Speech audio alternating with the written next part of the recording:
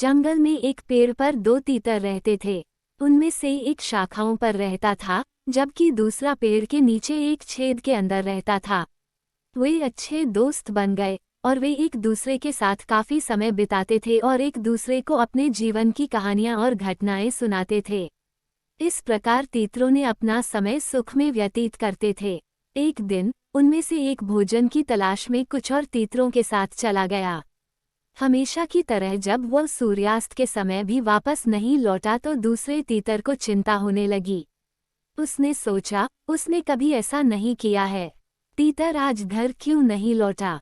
किसी शिकारी ने फंसा लिया है या शायद मार भी डाला है। मैं उसके बिना नहीं रह सकता। मुझे यकीन है कि कोई कारण है कि वो वापस नहीं लौटा। तीतर कई दिनों तक चिंता करता रहा और फिर उसने अपने मित्र के लौटने की आशा छोड़ दी। रात होने पर एक खरगोश पेड़ के पास आया और पेड़ के नीचे एक खाली छेद देखकर उसमें छिप गया। चूंकि तीतर ने उम्मीद छोड़ दी थी, इसलिए उसने छेद पर खरगोश के कब्जा करने पर कोई आपत्ति नहीं जताई।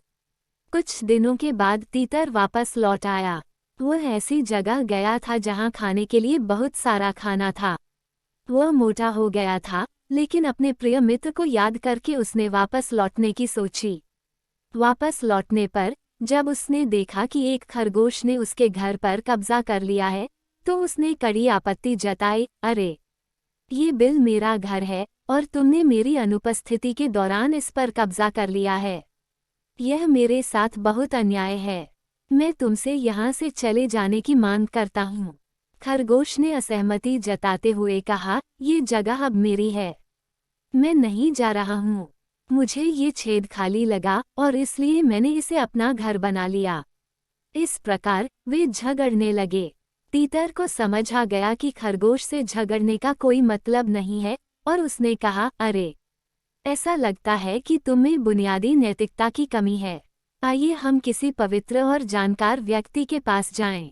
पवित्र पुस्तकों में पारंगत कोई व्यक्ति निर्णय ले कि कौन सही है और इस प्रकार छेद पर कब्जा करने का अधिकार किसे होगा। खरगोश सहमत हो गया और सुझाव के अनुसार वे अपने विवाद को सुलझाने के लिए एक पवित्र व्यक्ति की तलाश में गए। इस बीच एक जंगली बिल्ली को पता चला कि वे एक पवित्र व्यक्ति के माध्यम से अपना विवाद सुलझाना चाहते हैं। वह तुरंत एक विद्वान जानवर के रूप में सामने आया। उसने अपने पंजे में पवित्र कुशा घास का एक तिनका रखा और एक नदी के किनारे खड़ा हो गया, जहां उसे तुरंत देख लिया जाएगा। वह अपने पिछले पैरों पर खड़ा होकर आंखें बंद करके जप करने लगा। जब तीतर और खरगोश उसके पास आए, तो खरगोश ने कहा, वह पवित्र और विद्वान व्यक्ति दिखता है। चलो चलें और उसकी सलाह लें। तीतर सहमत हो गया, लेकिन उसने कहा, हाँ, हमें उसकी राय लेनी चाहिए। लेकिन वह जन्म से एक जंगली बिल्ली है और हम दोनों के लिए स्वाभाविक दुश्मन है। हमें सावधान रहना चाहिए और केवल दूर से ही बात करनी चाहिए। जैसा कि निर्णय लिया गया था, वे जंगली बिल्ली के पास आए, लेकिन कुछ दूरी पर खड़े रहे। पवित्र व्यक्ति, हमारे बीच एक विवाद है। क्या आप कृपया हमारे विवाद को सुलझाएंगे और हमें सलाह देंगे कि पवित्र ग्रंथों के अनुसार कौन सही है? यदि आप इसका निर्णय करते हैं तो फिर हम में से जिसने पाप किया है, तुम उसे खा सकते हो।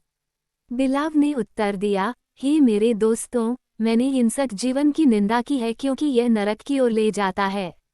अहिंसा सच्चे धर्म का सार है। मैं आप में से किसी को भी नुकसान नहीं पहुंचाऊंगा। हालांकि मैं आप दोनों की बात सुनूंगा और समझौता करूंगा। तीतर और खरगोश दोनों प्रभावित हुए। जंगली बिल्ली ने आगे कहा, लेकिन मैं बूढ़ा हूं और आपको इतनी दूर से नहीं सुन सकता। डरो मत, मैं एक जू, कीड़ी या मच्छर को भी नुकसान नहीं पहुंचाता। पास आओ और अपने विवाद का कारण बताओ। मैं बता दूंगा सबसे न्यायसंगत समझौता। इन सब बातों से उसने उन दोनों का विश्वास जीत लिया। तीतर और खरगोश दोनों उसके पास आए और अपने विवाद का कारण बताने के लिए उसके पास बैठ गए। जंगली बिल्ला इसी अवसर की तलाश में था। जैसे ही वे उसके पास बैठे, उसने छलांग लगाकर उनमें से एक को अपने दांतों से और दूसरे को अपने पंजों से पकड़ लिया। उसने उन दोनों को मार डाला और उनका भोजन बना लिया। ऐसे दुष्ट से सावधान रहें जो पवित्र होने का दिखावा करता है।